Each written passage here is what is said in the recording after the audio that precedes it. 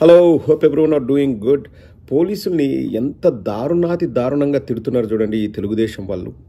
ఇంతకుముందు లోకేష్ యువగలం పాదయాత్ర మొదలుపెట్టినప్పుడు అచ్చెన్నాయుడు ఎంత దారుణంగా మాట్లాడాడు. మనం కామెడీగా చెప్పుకోవచ్చు, దాన్ని కామెడీగా వాడుకోవచ్చు. కానీ ఒకసారి అంటే పోలీసుల మీద ఈ తెలుగుదేశం వాళ్ళకు ఉన్న గౌరవం ఏందన్నది అచ్చెన్నాయుడు మాటల్ని మనం చూసాం. ఎందుకు వచ్చారు పోలీసులు మీరు డాష్ తినడానిక అని చెప్పేసి, అంటే విధుల్లో ఉన్న పోలీసుల్ని ఇంత దారుణంగా మాట్లాడతారా అని ఆ రోజు అనిపించింది. దానికంటే 1000 రెట్లు ఎక్కువ దారుణంగా ఈ పంది పట్టాభి మాట్లాడుతున్నాడు. నిన్న ఈ వెంట్రుక కృష్ణ ఇంటర్వ్యూ చూస్తుంటే అందులో కొద్దిసేపు ఈ పంది పట్టాభి ఏం చెప్తున్నాడో విన్నాను. అసలు ఎంత దారుణంగా మాట్లాడుతున్నాడు చూడండి పోలీసుల్ని. ఆ మాటలు విన్న తర్వాత నాకైతే లాగిపెట్టి చంపకేసి కొట్టాలనిపించింది. అంత దారుణంగా నన్ను మాట్లాడేది ఒకసారి వినండి. మరి ఏం చేస్తా ఉన్నారో వాళ్ళ అధికారులు అక్కడే కూర్చోమన్నారా? కింద స్థాయిలో కానిస్టేబుల్ ఏముందిలేండి, వాళ్ళ పై స్థాయిలో అక్కడ ఉన్నటువంటి రేంజ్ ఐజీ పాలరాజు గాని, లేదంటే అది గ్రేట్ పల్నాడు ఎస్పీ తాడేపల్లి కొంపలో తెగ బూట్ పాలిష్ చేస్తా ఉంటాడు. పల్నాడు ఎస్పీ రవిశంకర్ రెడ్డి, పాలరాజు, ఇటువంటి వాళ్ళందరూ చెప్పుంటారు, అరే ఆ టేపు కన్నెత్తి చూడబాకండ్రా మీరని చెప్పి. పోలీసులు ఎవరు వాళ్ళ విధులను సక్రమంగా నిర్వర్తించలేదంట. రేంజ్ ఐజీ పాలరాజు కానీ లేకపోతే పల్నాడు ఎస్పీ రవిశంకర్ రెడ్డి అని ఎంత దారుణంగా మాట్లాడాడంటే, తాడేపల్లి కొంపలో బూట్ పాలిష్ చేస్తూ ఉంటాడు ఆ పల్నాడు ఎస్పీ రవిశంకర్ రెడ్డి అని మాట్లాడతాడు. ఈ పంది పట్టాభి చదువేంది, ఆ ముఖానికి ఉన్న విలువేంది? ఎస్పీ అన్న వ్యక్తి ఐఏఎస్ కానీ ఐపీఎస్ కానీ వాళ్ళు ఎంతో కష్టపడి ఎన్నో త్యాగాలు చేసి వాళ్ళు చదివితే వాళ్ళకి ఐఏఎస్ కానీ ఐపీఎస్ కానీ వాళ్ళు సెలెక్ట్ అవుతారు. మననే ఒక సినిమా వచ్చింది హిందీలో 12th ఫెయిల్ అని, చూడండి. అంటే వాళ్ళు ఢిల్లీలో కూర్చొని ఈ సివిల్ ఎగ్జామ్స్కి ప్రిపేర్ అవుతూ ఎన్ని పాటలు పడతారో, ఎన్ని ఇబ్బందులు పడతారో, ఒక్కొక్కసారి 4 ఏళ్ళు 5 ఏళ్ళు కఠోర తపస్సు చేస్తే, శ్రమ చేస్తే కానీ వాళ్ళు IAS IPS car. Whoever it is. అంటే ఇప్పుడు గ్రూప్స్ రాసి ఎస్పీగా ప్రమోషన్ అయిన వాళ్ళు కూడా their life is not easy. ఇప్పుడు పోలీసులు అన్న వాళ్ళు లేకపోతే మనం హ్యాపీగా నిద్రపోగలమా?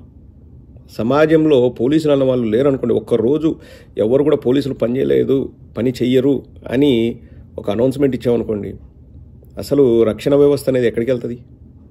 పోలీసులు వాళ్ళ పనులు వాళ్ళు చేస్తున్నారు, కానీ ఎటువంటి మాటలు మాట్లాడుతున్నారు చూడండి. తాడేపల్లి కొంపలో బూట్ పాలిష్ చేసేవాడంట ఒక ఎస్పీ రవిశంకర్ రెడ్డి అని పేరు కూడా చెప్పాడు.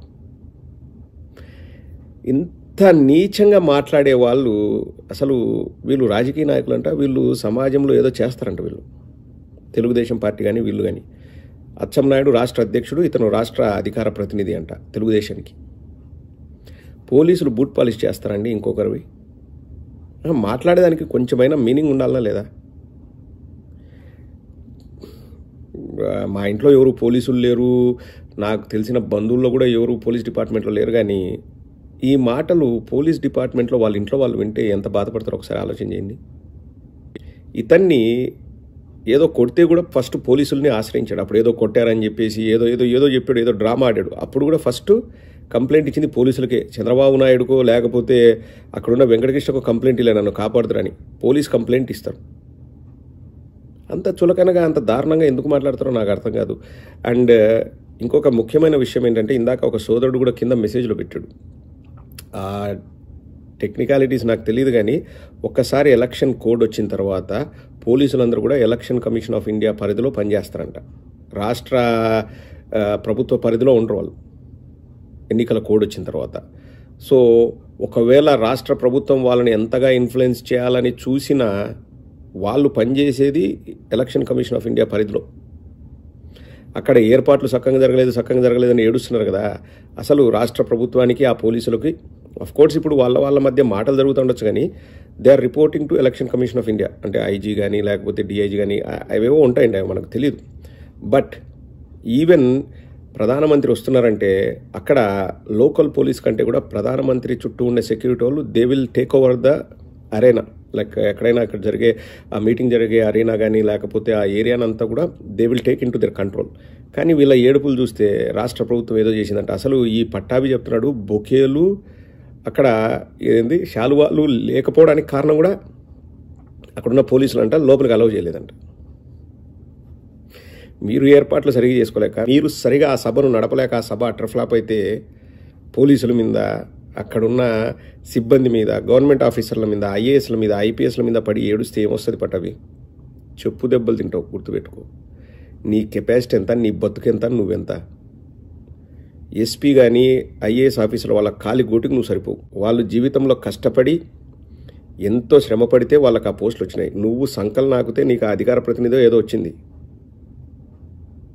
నీ బతుక్కి నువ్వు ఇంకొకరిని విమర్శించే స్థాయి అనేది. చెప్పు దెబ్బలు తింటావు పట్టాభి, గుర్తుపెట్టుకో. ఇంకొకసారి ఎవరినైనా అకారణంగా వాళ్ళని దూషిస్తే ఏదో బూట్ పాలిష్ అన్నారు కదా, ఆ పాలిష్ చేసిన బూట్లతోనే కొడతాను నిన్ను, గుర్తుపెట్టుకో.